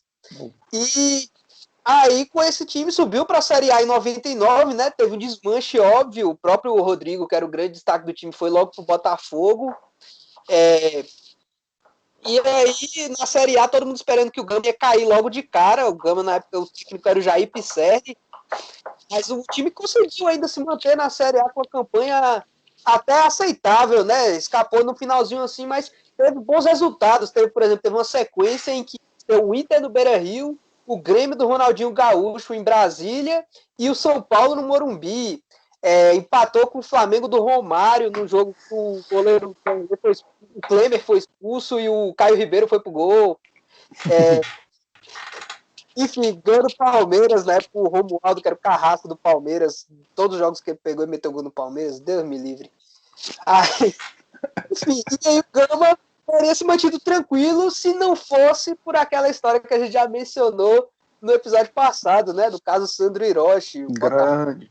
Entrou na justiça, teve a virada de mesa, e aí o Gama, através do advogado Paulo Gonçalves, lembra esse nome aí, entrou na justiça e virou a virada de mesa. O Gama foi punido na época pela FIFA, proibido de disputar todas as competições. Veio aí a CPI, veio mudança na regra do futebol brasileiro, veio torcedor, Copa de Avelange, tudo isso. E o Gama acabou ficando na Série A. Disputou a Série A em 2000 de novo. O Gama de 2000, que tinha, entre outros nomes, o atacante ídolo de Márcio e Anderson, né, o Finazzi. Vocês devem gostar muito dele aí. Muito gente boa, mas grosso que só porra. E aí o Gama se manteve, né? A campanha de meio de tabela. Nunca teve assim, grandes campanhas na Série A, mas teve alguns jogos assim que marcaram, né? Em 2001, mesma coisa, o Gama continuou na Série A. E aí que veio em 2002. o Gama já na época também, ainda mantendo a base do time, era mais ou menos a base que começou lá naquela campanha da Série B de 98. Né? Para essa campanha de 2002, as grandes contratações foram o ataque, né? Chegou aí o experiente atacante, o Paulo Nunes, aquele que na época ele estava um ano sem jogar, porque estava ainda com um contrato com o Corinthians, e o Corinthians não queria liberar ele também queria jogar pelo Corinthians. Ele chegou, inclusive, ao Gama, a primeira coisa que ele fez, né, quando ele foi apresentado no Gama, foi falar mal do Corinthians, da Gaviões da Fiel, grande entrevista. Não fez muita coisa pelo Gama, não, mas jogou. E ele fazia a dupla de ataque com outro atacante na época, que tinha surgido bem no futebol de Brasília, chegou a jogar no Botafogo, jogou na Europa, mas ficou meio desiludido, recebeu alguns calotes, tinha sofrido algumas lesões e queria parar de jogar. E aí o Gama conseguiu convencer ele a voltar a jogar na época, no Réveillon de 2001, o presidente do Gama conseguiu fazer ele assinar o contrato, e aí ele assinou, e nesse ano o Romário marcou 40 gols pelo Vasco. Esse atacante aí marcou 43. Era o Dimba. Vocês devem lembrar dele. 17 gols no Campeonato Brasileiro. Foi vice-artilheiro do Brasileirão. Mas mesmo esses 43 gols do Dimba não foram suficientes para segurar o Gamão na primeira divisão. O time acabou caindo para a Série B. Porque você tinha o Dimba lá na frente marcando 2 gols, só que o time levava 5 lá atrás. Então não resolvia não. Aí o time acabou caindo. Junto com Palmeiras, Botafogo e Portuguesa. E foi a última vez que o Gama... Sem comentários, mais comentários sobre isso. E foi a última vez que o Gama acabou disputando a Série A. Foi até uma surpresa, né? Porque muita gente esperava que caísse, mas voltasse, porque era um time que tinha uma certa estrutura, revelava ocasionalmente bons jogadores, fazia boas contratações, estava sempre vendendo um ou outro jogador para um time grande, sempre tinha um destaque no Campeonato Brasileiro que vinha do Gama. O próprio Dimba, que foi artilheiro do Brasileiro seguinte pelo Goiás. E daí, quando o Gama caiu para a Série B, em 2003 o time conseguiu ainda ser campeão estadual, só que foi o início talvez da escalada terrível, porque foi o último estadual do Gama em mais de 10 anos, para vocês terem ideia. O time imediatamente foi rebaixado para a Série C. Na Série C, em 2004, o Gama ainda conseguiu subir de volta, chegou a meter um 7-1 no Sertãozinho, que foi o jogo do acesso, inclusive, só que ficou, depois disso, na Série B, ficou entre 2005 e 2008 na Série B, foram 4 anos e meio de tabela, praticamente. O único grande momento de destaque nesse período aí foi em 2007, quando o Gama pegou o Vasco pela Copa do Brasil, né? Na época o Romário estava já com 999 gols, toda aquela expectativa do gol mil, e todo mundo pensando, pegando o Gama, um time fraco da Série B, vai brocar. Resultado, o Gama empatou o jogo de ida, e no jogo de volta, uma multidão no Maracanã viu Marcelo Uberaba marcar um golaço, eliminar o Vasco da Copa do Brasil e acabar com o seu Romário naquele dia. Mas foi também um campo de Gama ali. Em 2008 o time foi rebaixado para a Série C, em 2009 escapou do rebaixamento para a Série C na última rodada, e em 2010 caiu para a Série D. Em 2008, na maior parte desse período que eu falei, os presidentes do time eram aquele trio de dirigentes que eu citei mais cedo, né? O Carlos Macedo, o Wagner Marques, Fabrício Filho, mas já desde o rebaixamento para a Série B começaram-se alguns questionamentos sobre a parte financeira do clube, né? Algumas vendas que não sabiam para onde o dinheiro estava indo, contratações erradas e tudo mais. Em 2008, quem venceu a eleição para a presidência do Gama foi justamente o Paulo Goiás, aquele advogado do caso Sandro Hiroshi, provando aí que o Fluminense não foi nem o pioneiro na história de ter um advogado virando presidente do clube. E essa gestão do Paulo Goiás que, de fato, terminou de matar o clube, né? O clube começou a entrar caiu para a Série D, não se firmou na Série D, ficou sem divisão, só foi voltar a ganhar o campeonato estadual de novo em 2015, o clube que é o maior campeão estadual. Na época agora tem 12 títulos, entre o 10º e o 11º título foram 12 anos. Começou a vender o patrimônio do clube, sede social foi vendida, alguns terrenos que o Gama tinha em volta do Bezerrão foram vendidos e ninguém sabe para onde é que foi o dinheiro, alguns jogadores foram vendidos e ninguém sabe para onde é que foi esse dinheiro, tinha muita expectativa que com a reforma do Bezerrão em 2007, 2008, vocês devem até lembrar que quando teve essa reforma, o estádio chegou até um jogo da seleção brasileira, Brasil-Portugal. E tinha expectativa que com essa reforma o clube pudesse se reerguer, mas também não foi para frente. E aí o Gama está nessa situação ainda, só ganhou mais 2 estaduais, foi campeão estadual no ano passado. Segue ainda, tinha vaga para a Série D, mas sem muitas expectativas de acesso, ainda sem muita estrutura, não está mais revelando tantos jogadores como antes, o investimento sumiu, a torcida tem sumido cada vez mais, tanto desmotivada pelo histórico recente do clube, quanto pela questão também da violência, tem tido muitas brigas nos jogos do Gama, os clássicos entre Brasiliense e Gama também agora não tem mais torcida por causa das brigas, teve uma briga histórica, o jogo em 2017 no Terrão, que invadiu o campo, roubou faixa, os jogadores bateram na polícia, foi loucura. E aí, desde então, não tem mais torcida nos clássicos. O Gama tá numa situação bem difícil. Assim, tem potencial, como você falou. É um time que, apesar do Gama ser uma cidade longe, é um time que tem muita torcida em toda a região do Distrito Federal, em todas as cidades satélites, tem muita gente que torce pro Gama. Na própria cidade de Brasília tem muita gente que torce pro Gama, muita gente que quer ver o Gama se reerguer. E falta gente séria ali para voltar a trabalhar com o clube, né? Assim como muitos outros clubes pequenos. Potencial tem, agora falta gente séria. Agora com essa crise da Covid, né? Vamos ver como é que vai ser. Mas a tendência, os próximos anos não parecem bons, não. Eu tenho uma indicação muito boa pro Gama, é um cara que tem um histórico bom, foi até comentado mais cedo. Já trabalhou em time grande, um tal de Itaí Machado. Acho que ele resolveria o problema do Gama. Deixa só mais um aqui sobre o Gama, rapidinho. O elenco atual do Gama, né, que estava aqui brigando pelo título brasiliense, tem uma dupla de ataque interessante aqui. O Gama vai entrar forte aqui para a disputa da Copa do Mundo de 82, né, com a dupla de ataque Nunes e Michel Platini.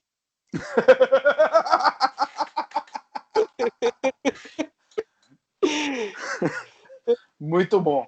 Mas agora a gente tem um caso muito mais recente, esse está fresco na memória, era um time que até pouco tempo atrás estava na Série A do Campeonato Brasileiro. Foi um time que, dá para se dizer, voou muito próximo ao sol. E esse é um time que é meio complicado porque ele mexe muito com as emoções de todo mundo que gosta de futebol. Uma história muito bonita, uma história muito pesada também, mas é um time que tem minha admiração, inclusive me salvou de um rebaixamento, eu não posso reclamar. E vamos falar então da Associação Desportiva Chapecoense. Errei o nome. Primeiro que eu quero te corrigir, Thiago, é a Associação Chapecoense de Futebol. Então pronto, eu sou uma anta, pode ser. Vocês estão vendo aqui a minha camisa. Eu vou falar da Associação Chapecoense de Futebol, a nossa Chape. A Chapecoense, a Associação Chapecoense de Futebol, foi fundada em 1973, com a fusão de 2 clubes amadores da cidade de Chapecó, o Independente e o Atlético Chapecoense. Para vocês entenderem melhor, Chapecoense é uma cidade do oeste do estado de Santa Catarina, meu estado. É uma cidade pequena, de 150 mil habitantes, uma cidade que tem praticamente a estrutura toda voltada para o setor agropecuário, até onde ficam as sedes das grandes empresas do ramo alimentício do país, como Sadia, Aurora, Seara, Perdigão, ficam tudo ali na região de Chapecó. E foi esses caras, eles vão ser importantes para a Chapecoense, que eu vou contar logo mais adiante. A Chape, logo em 1977, ela já consegue o seu primeiro título catarinense, e o segundo só veio em 1996. Esse título, inclusive, tem muita polêmica, contestado na justiça e tudo mais. O começo dos anos 2000, a Chape passa pela pior fase da sua história. A Chape entra numa crise sem precedentes, a Chape é rebaixada no Campeonato Catarinense de 2001. Em 2003, a Chape decreta falência, a Chape perde o seu CNPJ e praticamente a Chape, tudo levava a crer que a Chapecoense ia deixar de existir.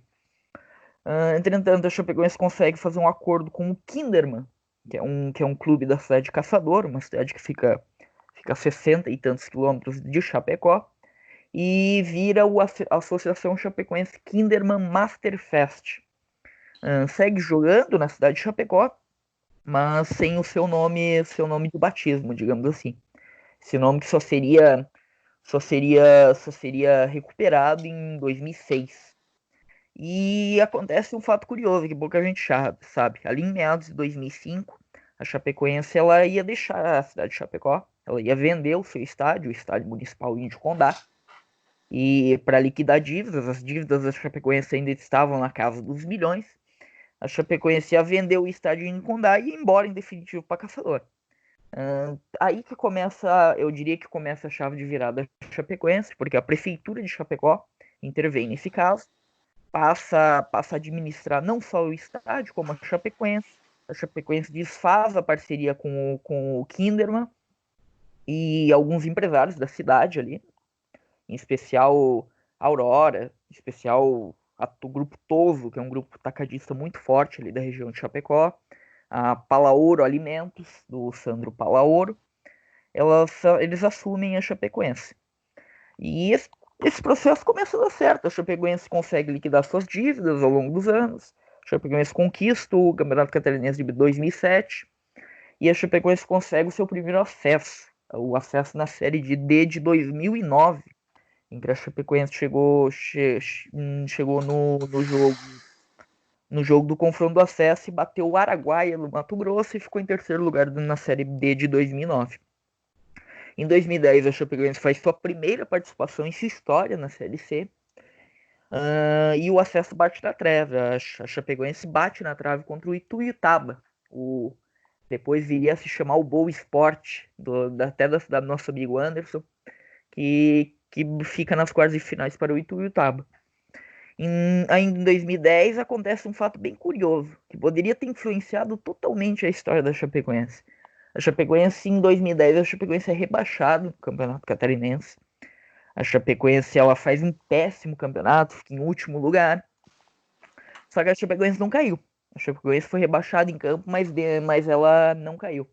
Porque, obviamente, houve um acordo. A Prefeitura de Chapecó, os empresários que patrocinam a Chape, eles entraram em acordo com o Atlético Hermann Heichinger de Ibirama. E eles, digamos que, compraram a vaga do Hermann Heichinger. O Hermann Heichinger, ele pediu licenciamento junto à federação e a Chapecoense herdou a vaga do Atlético na primeira divisão do campeonato estadual. E dessa forma, o Atlético caiu para a segunda divisão, disputou a segunda divisão catarinense em 2011 e a Chapecoense disputou a primeira divisão. Logo em 2011, a Chapecoense novamente bate na trave, avança a segunda fase da série C e fica pela segunda fase. Terceiro ou quarto, né? A série C daquele ano teve um regulamento diferente, não teve um mata-mata na segunda fase. E o acesso da Chapecoense só viria em 2012. A Chapecoense ela fica em terceiro lugar no grupo B daquela série C e elimina a Luverdense nas quartas de final. Vence a Luverdense por 3-0 no Estádio Municipal Índio Condá e perde o jogo de volta, mas de 1-0 no Mato Grosso, mas isso não influencia no resultado. A Chapecoense nem chega à final da Série C daquele ano, acaba caindo para o Oeste de Itápolis, perde de 1-0 em Itápolis e empata 1-0 no Índio Condá. E assim a Chapecoense acaba que consegue garantir o acesso para a Série B. Rapidinho. Curioso. Fala. Oeste e empate, um caso de amor. Obviamente. Um fato curioso da Chapecoense naquele acesso da Série B, que eu, como catarinense, para a gente sempre entender. A Chapecoense sempre foi um clube muito de interior do estado de Santa Catarina. Sempre existiram 3 grandes forças no estado, que foi Criciúma, Figueirense e Avaí. Existia a quarta força ali, que era o Joinville, que não era uma força tão dominante, mas era uma quarta força. E a Chapecoense até ali o 2011, 2010, a Chapecoense era quase como uma quinta força do estado. Disputava com o Marcílio Dias, disputava com o próprio Brusque, para ser a quinta força do estado de Santa Catarina. Quando a Chapecoense chega na Série B em 2013, eu particularmente fiquei impressionado. Porque a Chapecoense era um clube que não tinha tanta estrutura assim, era um clube de interior. E chegava numa Série B, era um grande feito. E a Chapecoense sabia desse feito e basicamente monta um elenco muito barato para aquela Série B. Contrata basicamente destaques do próprio campeonato catarinense, destaques de outros campeonatos estaduais. E o objetivo da Chapecoense naquele ano era basicamente permanecer na Série B, se estruturar e permanecer na Série B por alguns anos. Entretanto, aquele time encaixa de tal forma que a Chapecoense faz uma campanha espetacular na Série B. A Chapecoense soma 72 pontos naquela Série B. A Chapecoense vence 20 jogos, empata 12 vezes e tem apenas 6 derrotas, sendo só uma derrota no estádio de Condá. E a Chapecoense ainda consegue, de lambuja, ainda o artilheiro do campeonato, que é o Bruno Rangel. E é o maior artilheiro da história da Chapecoense, inclusive, com 31 gols. É o maior artilheiro de uma única edição de Série B. É o Bruno Rangel naquela edição de 2013. E a Chapecoense, durante todo esse campeonato, ela disputou a liderança contra o Palmeiras, inclusive não perdeu nenhum dos jogos contra o Palmeiras. Empatou em 0-0 no jogo do primeiro turno, e no segundo turno, na Arena Condá, ganhou de 1-0 com o gol do Bruno Rangel. O time base daquele acesso é um time, vocês vão perceber, é um time muito... A maioria desses jogadores aqui nunca mais nem jogaram em time relevante. O Nivaldo, no gol. Nivaldo, que inclusive é ídolo da Chapecoense, tem 300 jogos pela Chape. Foi titular em todos os acessos da Chapecoense. Daí vem o Fabiano, Rafael Lima, Idão e o Fabinho Gaúcho na lateral esquerda. Daí a gente tem o Wanderson, Paulinho Dias, Diego Felipe e o Atos. Esse Atos, inclusive, é rodadaço aqui no futebol catarinense. Jogou em vários clubes pequenos. E o ataque é o Fabinho Alves e o Bruno Rangel. E ainda tinha alguns conhecidos daquele elenco, que tinha o Alan Ruschel, que tinha o Douglas Glory, que é inclusive revelado na própria Chapecoense. Já tinha o goleiro Danilo e tinha o Anderson Pico, aquele Anderson Pico, que jogou no Grêmio, inclusive. Esse que a Chapecoense chega na Série A. A Chapecoense chega na Série A, era um grande feito. Uma cidade tão pequena como a Chapecó, uma cidade do interior, botar um clube na Série A era algo impressionante. E a Chapecoense começa o campeonato muito mal. A Chapecoense só vai vencer na 7ª rodada. A Chapecoense nos 8 primeiros jogos ela somou apenas 4 pontos. E tudo dava a entender que a Chapecoense ia fazer o famoso sobe e desce, né? Ia jogar a série A ali como um canto de cisne e ia descer embora logo para a Série B de volta. Entretanto, os administradores da Chape, eles percebem que vai ter que mexer no time. Eles demitem o Gilmar Dalpozo, que estava há 3 anos no clube. Eles contratam uma série de jogadores, ali entre eles jogadores que seriam importantes para a Chapecoense naquele ano. O Camilo, o Leandro Banana, que viria a jogar depois no Palmeiras, o Bruno Silva, o Jones, e eles retrazem o Bruno Rangel, que tinha sido negociado um pouco tempo atrás com o clube da Arábia Saudita, e eles conseguem trazer de volta o Bruno Rangel, e a Chapecoense foi uma campanha histórica. A Chapecoense ela termina em 14º lugar no Campeonato Brasileiro. A Chapecoense faz 2 jogos muito memoráveis. A Chapecoense é o Internacional de Porto Alegre na Arena Condá.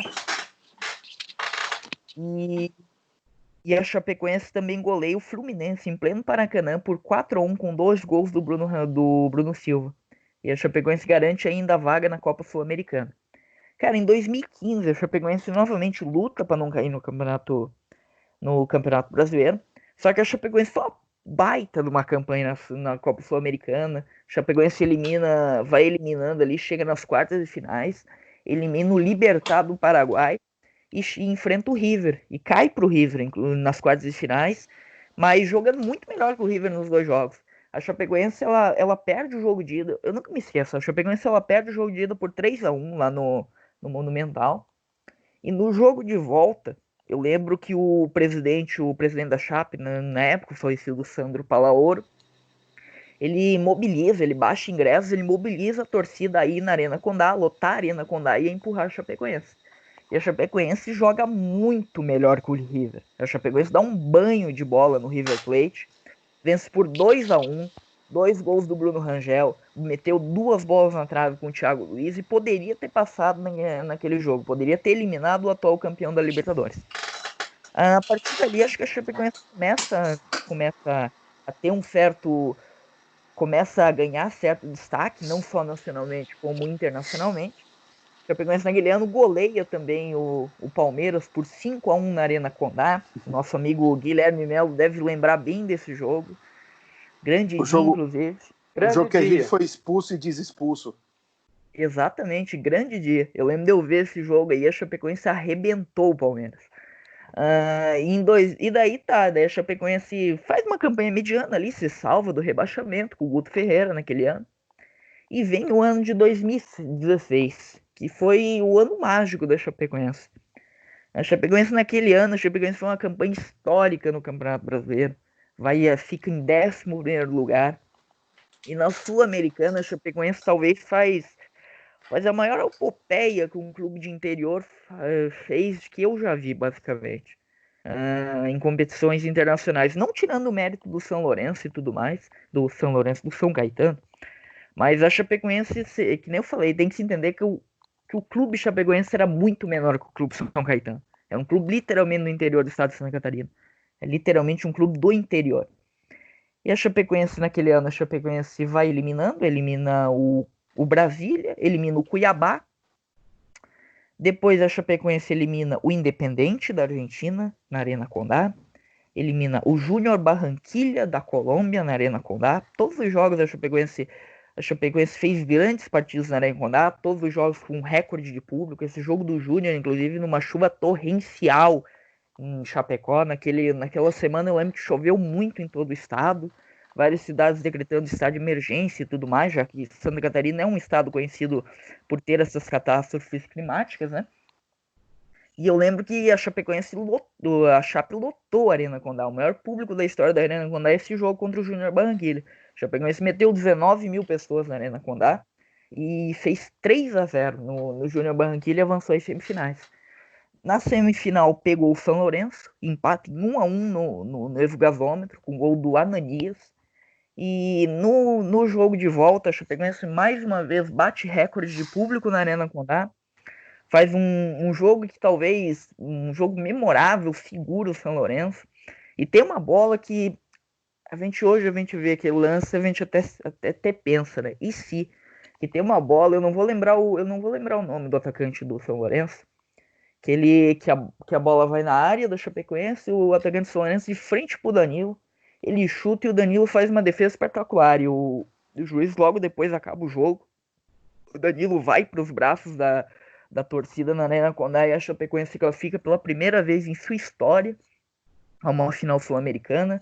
Pela primeira vez na história, um clube catarinense vai à final de uma competição sul-americana.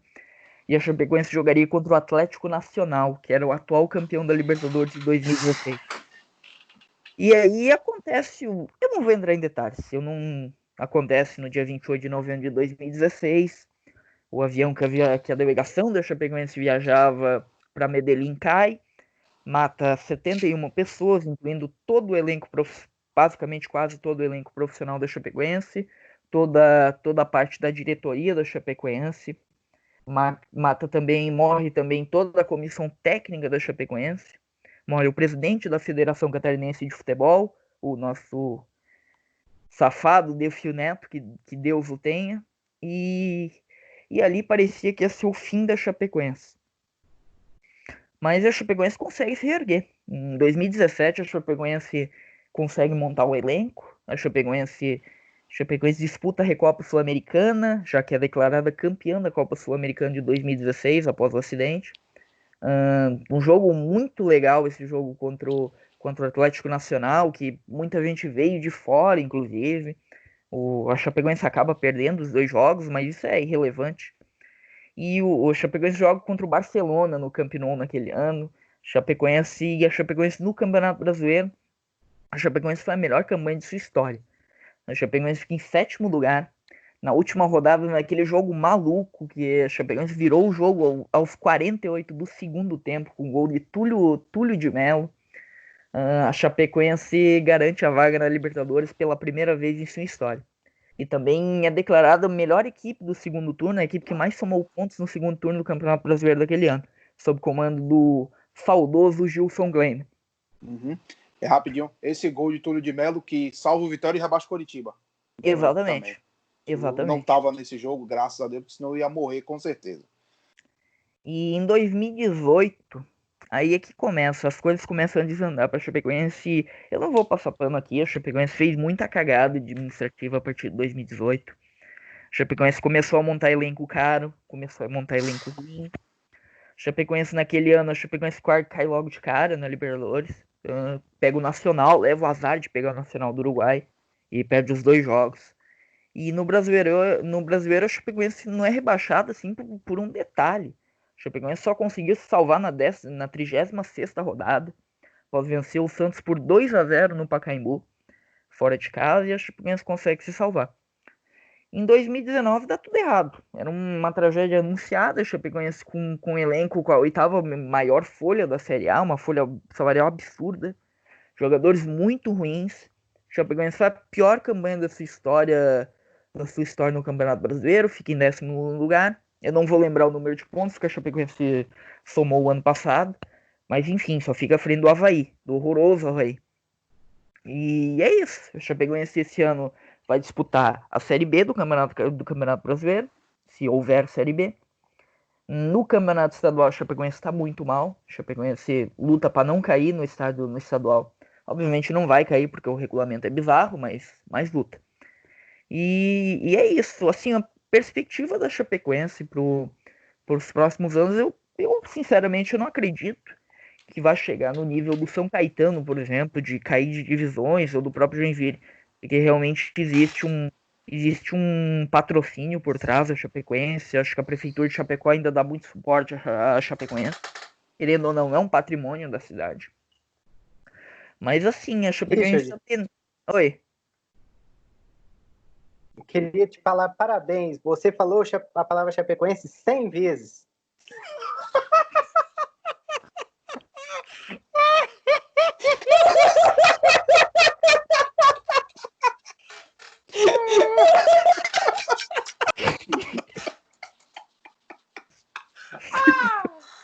Eu tô realmente contando, mas continue aí, ô Rico. Não, eu acho que a tendência é o clube se estabilizar na Série B, sinceramente. Quem sabe alternar B e C ali, B e A. Mas assim, mesmo que a Chapecoense caia para a Série D de volta, a Chapecoense volte ao seu status quo, nada paga o que a Chapecoense fez. A Chapecoense simplesmente é o sonho de qualquer clube de interior, sonho que o clube de Chapecó fez nesses últimos anos. E daí, só para encerrar, eu quero citar mais ou menos alguns personagens muito importantes da epopeia da Chapecoense. Primeiro, o Sandro Paraolo. Esse cara é muito foda, pra falar bem a verdade. Não é porque o cara morreu, mas ele era muito foda. Ele é um cara que ajudou totalmente, ele reconstruiu a Chapecoense, ele que botou a equipe na Série A, ele que estabilizou o clube, ele que fazia uma gestão totalmente responsável no clube. E esse cara merece muitos parabéns. O que ele fez por um clube do tamanho da Chapecoense é memorável. Tem também o goleiro Nivaldo, que é o maior, que nem eu falei, é o maior ídolo da história do clube, tem 300 jogos pelo clube, e foi titular em todos os acessos da Chape. O Gilmar Del Pozo, que hoje aí é um técnico conhecido na série B aí, série C. E o Gilmar Del Pozo, ele participou de quase todos os acessos da Chape. Ele subiu da C para B e da B para A. O Bruno Rangel, falecido Bruno Rangel, maior artilheiro da história do clube, com 81 gols. E o Danilo, que foi o herói, ídolo daquela campanha na Sul-Americana, né? Enfim, acho que a história da Chape é isso, é basicamente, que eu falei, é o que todo clube no interior de qualquer estado do nosso Brasil queria chegar. É um clube que veio do nada e foi pro topo. Muito bom. Anderson, antes de mais nada, no final, qual foi a contabilidade de Chapecoense? 109. Muito bom. Alguém mais quer adicionar alguma coisa? Como é que nós vamos fazer? Tá. Eu só queria... Diga, depois Márcio fala e a gente encerra. Não, eu só queria relembrar aqui sobre dar um salve para a gloriosa torcida Bengala Azul. Não resisti, mano. Márcio, termine. Bom, assim que voltarmos a ter jogos no Anacleto Campanella, eu vou pessoalmente lá conversar com o presidente da Bengala Azul e falar, olha, você está ficando famoso porque foi só eu falar o nome e o povo começou a rir.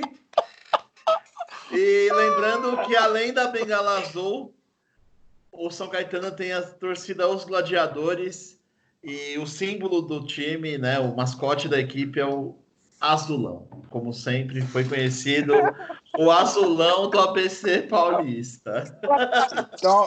Então seria a Bengala Azulão?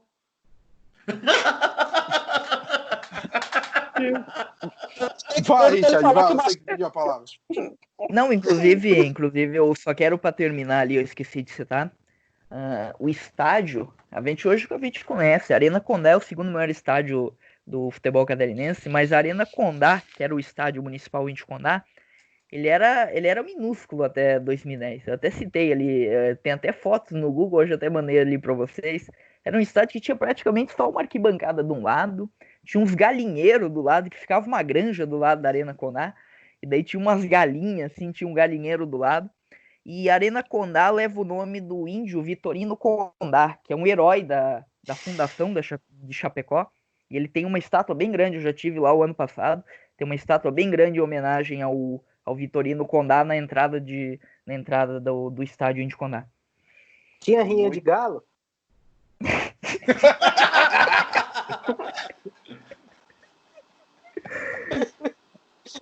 Muito bem. Então, esse foi o nosso programa. Ele tá só um pouquinho mais rápido que ler uma Bíblia, mas com certeza muito mais interessante. Mas, muito obrigado a todos. Deixem seu like, se inscrevam no canal, ativem o sininho, deixem o comentário, xinga o apresentador, xinga a galera da bancada, xinga o convidado, xinga a torcida do Bahia, que aí você ganha meu like. E vamos lá. Só para avisar, esse programa de Escalados do Futebol vai ser uma série aqui do canal. Nós vamos fazer mais alguns programas, teremos alguns convidados e tal, teremos alguns times, tem muito time para se falar. Se quiser, deixem suas sugestões nos comentários, deixa sua sugestão no Instagram, segue no Instagram, segue no Twitter, deixa a sugestão no Twitter e lembre-se sempre, infelizmente, FC, o pior time é o seu.